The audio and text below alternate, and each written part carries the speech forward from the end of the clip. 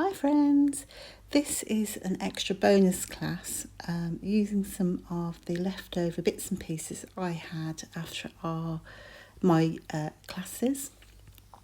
So you may not have these pieces because you've used them already, so you can just substitute.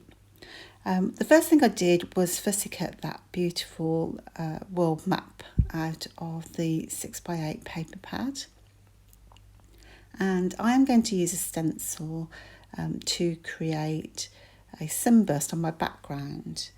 But if you've done my other class first and you don't have a sunburst stencil, just use the same technique to do this. So don't feel obliged to create or buy a stencil. And I've used Salvage Patina as the blue in this particular layout, but you probably have broken china or peacock feathers, or in fact just do it in lemon if you want, or pink, whatever suits you. Don't worry about which colour you're using. And the idea is I'm going to have a central vertical line, and I'm going to do these sunbursts either side of that vertical line. So you can see I've laid down 2 there. Now, I did end up with a problem of having that little hole in the middle, which I wasn't keen on. So if you're doing this, just be aware of that. So you might want to adjust that left-hand sunburst to be a little bit further down because it'll be covered up by your photo or by the part of the map. To strengthen that centre line, then I did some stitching in a black probably down the centre, just so that you can see where I'm going with this. So I want things to hang off that, or that vertical line is going to anchor everything to the page. So my photo is square-ish. But whatever size you've got, you can adjust. So, I'm an advocate of making sure that you can adjust your layouts to suit your photos. So mine's kind of squarish because there was loads of junk around either side of my family in the restaurant. So I just, chopped all that off once I printed my photo. So if yours is portrait, for example, absolutely perfect. If it is landscape, you might want to shift it over your vertical line over a little bit to accommodate a wider photo, and that will work equally as well.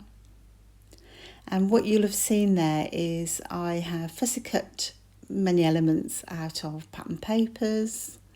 You've probably got stickers left over. I certainly had loads of stickers left after my 3 layouts. So now I want to deal with that gap in the middle because it annoyed me. I didn't like it. So my thought was, what I'll do is I'll add some ink, and we've done this a million times before, haven't we? We're going to put some ink down on the paper. But before I do that, I do need to outline the sunburst as I did before in the main class.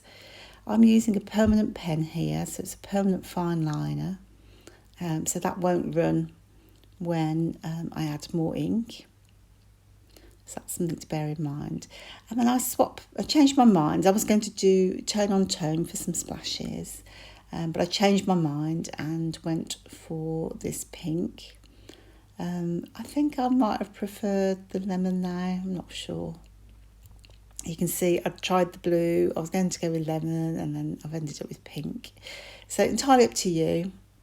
I think because pink and blue are on the opposite sides of the colour wheel, I'm not sure.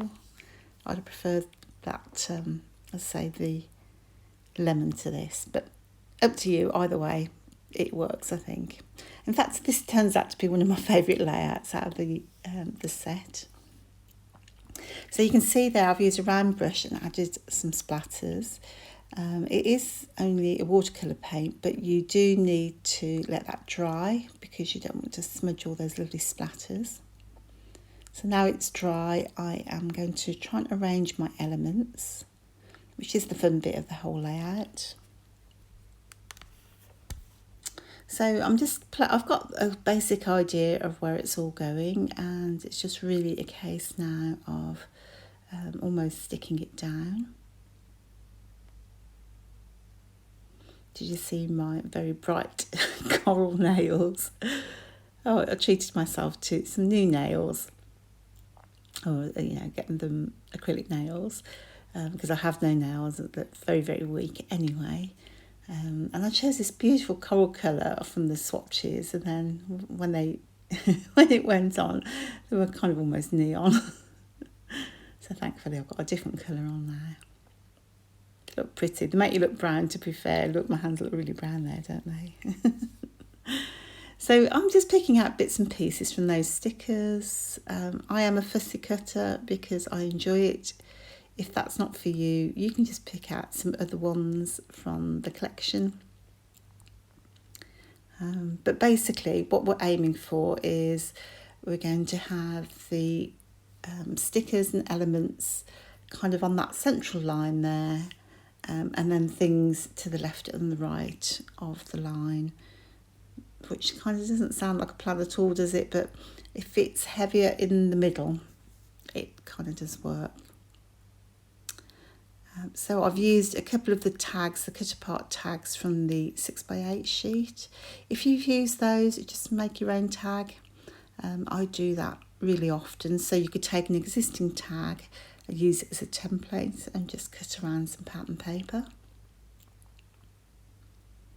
And I've mounted some of my elements onto foam tape, so you really can. Sorry, I'm just watching what I'm doing. So you have some dimension. It is my favourite thing. Most things go on foam tape. And as you can see, I've also mounted the map paper onto foam tape.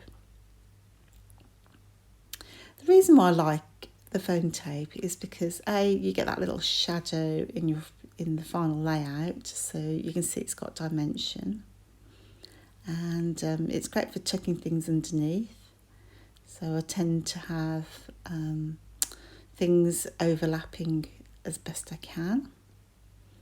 I think when you overlap things, they do look more cohesive, they look connected, or at least in my head. So definitely something I like to do. Now you can see I've put my map over that gap that I had. The gap just annoyed me, so the map didn't end up where I started or where I had planned. So it's just something to be aware of if you are using a stencil. I think this is stencil number 20, is it, from Bramble Fox? Let me think. No, stencil I don't know. Stencil 20, I think it is. So I had puffy stickers left from my layouts, so if you've got some of those, you can add them on. You just want stickers and embellishments of different sizes and texture in my book, so whatever you can do, whatever you've got left, you can just make that work.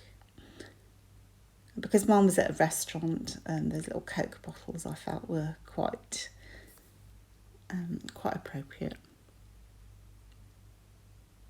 I really hope you've enjoyed your classes, and I'd love to hear some feedback from you.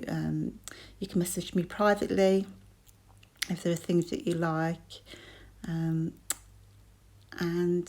hopefully you'll enjoy doing all the classes yourself. And if you like this video, maybe you could subscribe to my channel, and hopefully we will see you soon for the next Class in the Box kit, which will be using the Vicky Bouton Warm Wishes collection. Woohoo! Thanks for watching. Bye.